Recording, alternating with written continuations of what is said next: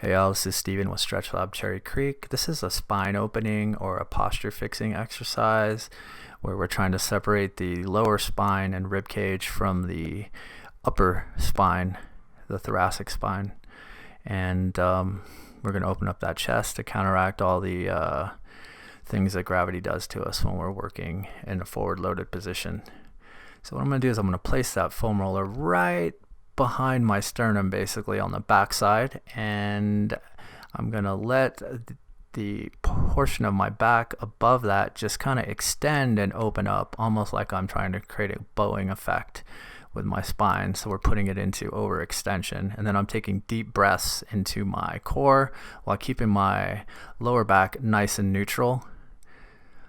And I'm taking really deep breaths here just to really feel what's going on. And then after about 5 breaths, I'm going to keep my lower spine really tight. I'm going to inhale, and I'm going to hinge from that thoracic vertebrae that connects to your rib cage. And I'm going to go through about 5 repetitions here of just lifting, then extending, then lifting and bringing my spine back to a neutral position, and then extending. So we're kind of going into a little bit of rounding as well, trying to get full range of motion in that thoracic spine, trying to get a lot of extension there. Next thing I'm going to do is put my hands behind my head. This is just a little different position. I'm not really pulling my neck forward.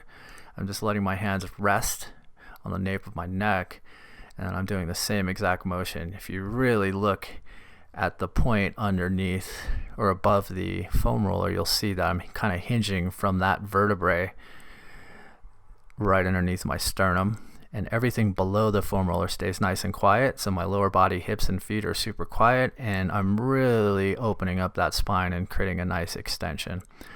Now, once you're comfortable with that motion and you have good extension in that vertebrae that connects the rib cage to the spine, thoracic spine, and you can feel it hinging back and forth nice and smoothly, we can add some weight. So here I have a 15-pound non-responsive med ball where I'm placing it right on top of my sternum, and I'm basically doing the same exact movement. I'm keeping my core nice and engaged, my lower body nice and quiet and stable, while I'm mobilizing my sternum and spine.